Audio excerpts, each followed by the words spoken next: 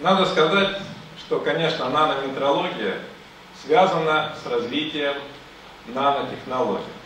Так вот, что ж такое нанотехнология? Это мода или это действительно наше прекрасное будущее? Вот, и это было вообще неизвестно. Ну, как специалист, который занимается нанометрологиями, я считываю свое начало 1973 года. То есть, слава Богу, уже почти 40 лет этими вопросами занимаюсь.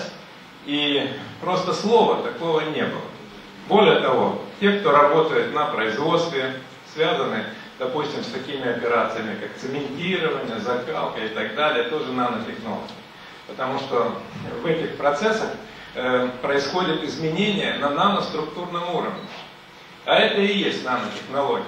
Сейчас будем говорить о диагностике вот этих процессов, будем говорить о том, как наблюдают такие процессы, но тем не менее реализация нанотехнологических процессов в производственных масштабах можно только на макроуровне.